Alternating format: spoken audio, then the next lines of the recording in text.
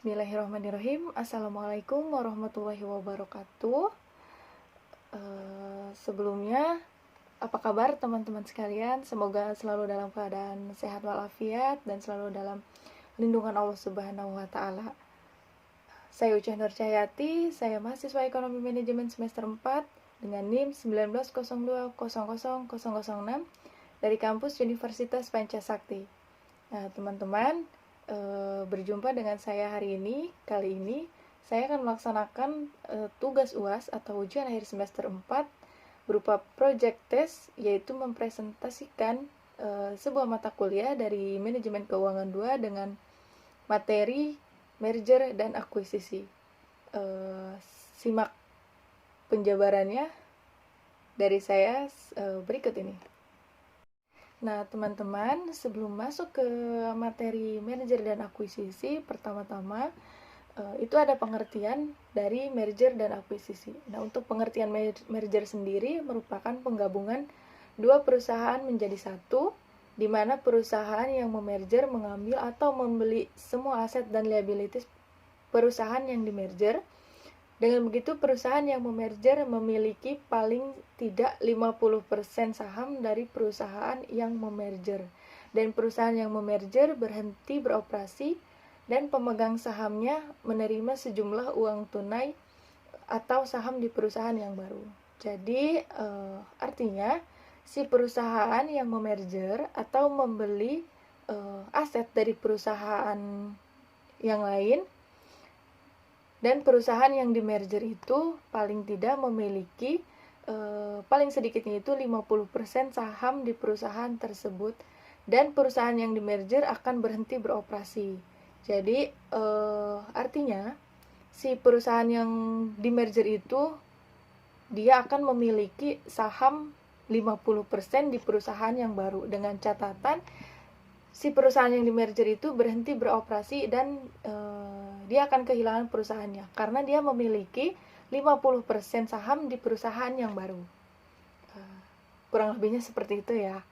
Nah, kemudian definisi merger yang lain yaitu sebagai penyerapan dari suatu perusahaan oleh perusahaan yang lain. Dalam hal ini, perusahaan yang membeli atau melanjutkan nama dan identitasnya. Perusahaan pembeli juga akan mengambil baik aset maupun kewajiban perusahaan yang dibeli. Setelah merger, perusahaan yang dibeli akan kehilangan dan berhenti beroperasi. Jadi setelah perusahaan yang dimerger ini dibeli oleh perusahaan yang memerger, maka perusahaan yang dimerger ini akan kehilangan dan akan berhenti beroperasi. Nah, kemudian selain ada definisi merger, terdapat juga definisi dari akuisisi. Akuisisi ini merupakan pengambil alihan atau take over sebuah perusahaan dengan membeli saham atau aset perusahaan tersebut. Perusahaan yang dibeli tetap ada. Jadi berbeda dengan merger. Kalau akuisisi ini pengambil alihan atau take over sebuah perusahaan yang membeli saham atau perusahaan tersebut, namun perusahaan yang dibeli itu tetap ada. Tapi kalau merger, itu perusahaan yang dimerger akan kehilangan dan berhenti beroperasi. Namun, perusahaan yang dimerger ini akan tetap memiliki saham paling tidak itu 50% di perusahaan yang baru. Nah, kalau akuisisi ini pengambil alihan atau take over dari sebuah perusahaan dengan membeli saham atau aset perusahaan, namun perusahaan yang dibeli itu tetap ada. Jadi semoga dari penjabaran merger dan akuisisi ini dapat dipahami ya, karena memang sebetulnya berbeda tipis, tapi jangan sampai salah mengartikan. Nah, kemudian yang kedua, ada jenis-jenis merger dan akuisisi. Menurut Damodaran pada tahun 2001, suatu perusahaan dapat diakuisisi perusahaan lain dengan beberapa cara, yaitu yang pertama merger. Pada merger, para direktur kedua pihak setuju untuk bergabung dengan persetujuan para pemegang saham. Pada umumnya, penggabungan ini disetujui oleh paling sedikit 50% shareholder dari target firm dan bidding firm. Jadi artinya merger ini bisa dilakukan atau dapat dilakukan ketika kedua pihak atau direktur dari masing-masing perusahaan ini setuju untuk bergabung dengan persetujuan para pemegang saham. Nah, pada umumnya penggabungan ini akan disetujui oleh paling sedikitnya 50% dari masing-masing untuk bisa melakukan shareholder. Nah, kemudian yang kedua ada konsolidasi. Setelah proses merger selesai, sebuah perusahaan baru tercipta dan pemegang saham kedua belah pihak menerima saham baru di perusahaan ini. Jadi, semisalnya perusahaan A dan perusahaan B sudah setuju dan sudah melakukan merger, maka di perusahaan baru itu tercipta dan pemegang saham kedua belah pihak menerima saham baru di perusahaan tersebut. Nah, kemudian 3, ada tender offer. Terjadi ketika sebuah perusahaan membeli saham baru yang beredar perusahaan lain tanpa persetujuan manajemen target firm, dan disebut tender offer karena merupakan hostile takeover. Target firm akan tetap bertahan selama tetap ada penolakan terhadap penawaran. Nah, kemudian yang ketiga, ada 3 bentuk dasar akuisisi. Yang pertama, merger atau konsolidasi. Istilah merger sering digunakan untuk menunjukkan penggabungan 2 perusahaan atau lebih, dan kemudian tinggal nama salah satu perusahaan yang bergabung, sedangkan consolidation menunjukkan penggabungan dari 2 perusahaan atau lebih dan nama dari perusahaan-perusahaan yang bergabung tersebut hilang. Kemudian muncul nama baru di perusahaan tersebut. Contohnya, misal perusahaan A dan perusahaan B itu bergabung, dan kedua nama perusahaan tersebut hilang, kemudian muncullah perusahaan yang baru. Semisalnya PT A dan PT B bergabung dan tidak menggunakan nama si PT A ataupun PT B, melainkan menciptakan nama perusahaan baru yaitu PT C. Seperti itu. Nah, semisalnya PT A, di sini ada contoh, misalnya PT A mengambil alih PT B dalam suatu merger. Pemegang saham PT B setuju bahwa setiap lembar saham mereka diganti dengan 2 lembar saham PT A. Dengan demikian, setelah merger saham PT B hilang dan yang ada hanya saham PT A. Dalam kasus consolidation, saham PT A dan B diganti dengan nama saham PT dengan nama lain, misalnya PT C, seperti yang tadi saya jelaskan. Karena perbedaan tersebut tidaklah penting untuk maksud analisis. Kita nantinya menggunakan istilah merger bagi kedua untuk penggabungan perusahaan tersebut. Nah, kemudian yang kedua, ada akuisisi saham. Cara kedua untuk mengambil alih perusahaan lain adalah membeli saham perusahaan tersebut, baik dibeli secara tunai ataupun menggantinya dengan sekuritas lain, saham atau obligasi. Kadang-kadang penawaran langsung dilakukan terhadap pemegang saham perusahaan yang akan diambil alih.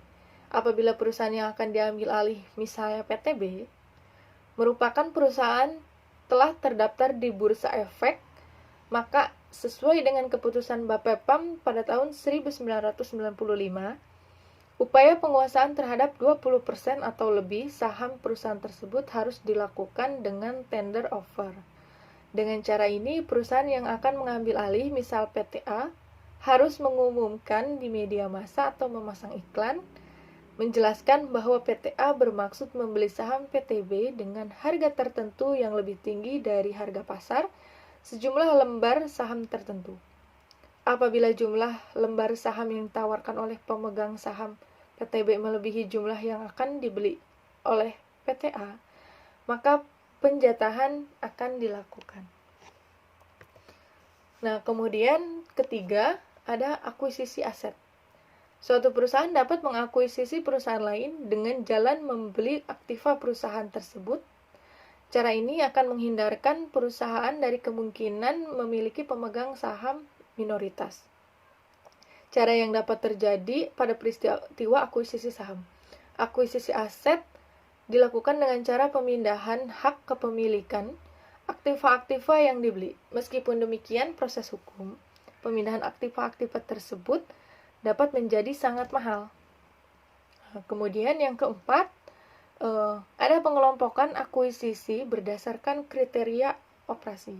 Yang pertama di sini ada akuisisi horizontal. Akuisisi ini dilakukan terhadap perusahaan yang mempunyai bisnis atau bidang usaha yang sama.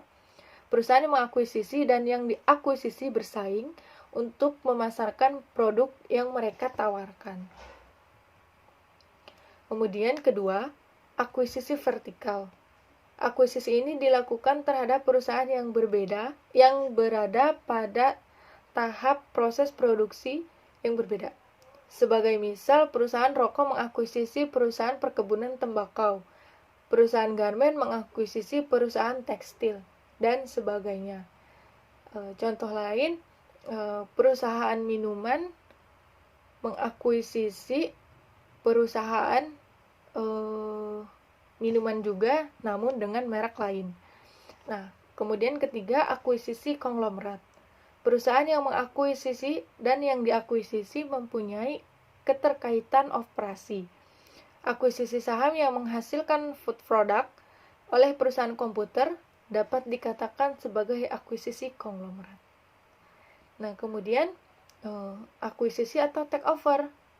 Nah, dua istilah ini sering digunakan untuk maksud yang sama, yaitu pengambil alihan suatu perusahaan atau pihak lain. Meskipun demikian, sebenarnya akuisisi hanyalah merupakan salah satu cara untuk melakukan takeover. Takeover merupakan istilah umum yang dipergunakan untuk menjelaskan pengambil alihan kendali suatu perusahaan dari sekelompok saham ke kelompok yang lain. Kemudian untuk kelebihan dan kekurangan merger dan akuisisi. Yang pertama, kelebihan dari merger. Pengambilan melalui merger lebih sederhana dan lebih murah dibanding pengambil alihan yang lain, menurut Haryanto dan Sudomo. Kemudian untuk kekurangan merger sendiri, dibandingkan akuisisi, merger memiliki beberapa kekurangan, yaitu harus ada persetujuan dari para pemegang saham masing-masing perusahaan, sedangkan untuk mendapatkan persetujuan tersebut diperlukan waktu yang lama. Kemudian untuk kelebihan dan kekurangan akuisisi. Yang pertama untuk kekurangan akuisisi.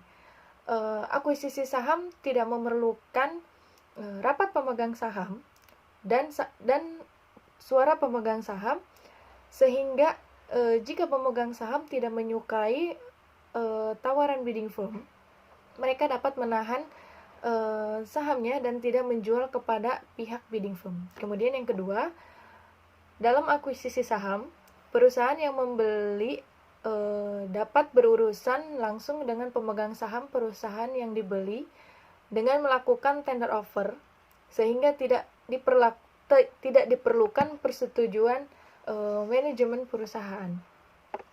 Yang ketiga, karena tidak memerlukan persetujuan manajemen dan komisaris perusahaan, akuisisi saham dapat digunakan untuk pengambil alihan perusahaan yang tidak bersahabat atau hostile takeover. Kemudian yang keempat, akuisisi aset memerlukan suara pemegang saham, tetapi tidak memerlukan tidak memerlukan mayoritas suara pemegang saham, seperti pada akuisisi saham, sehingga tidak ada halangan bagi pemegang saham minoritas jika mereka tidak menyetujui akuisisi. Nah, kemudian yang menjadi kekurangan akuisisi, kerugian akuisisi saham dan akuisisi aset terdiri dari beberapa. Yang pertama, jika cukup banyak pemegang saham minoritas,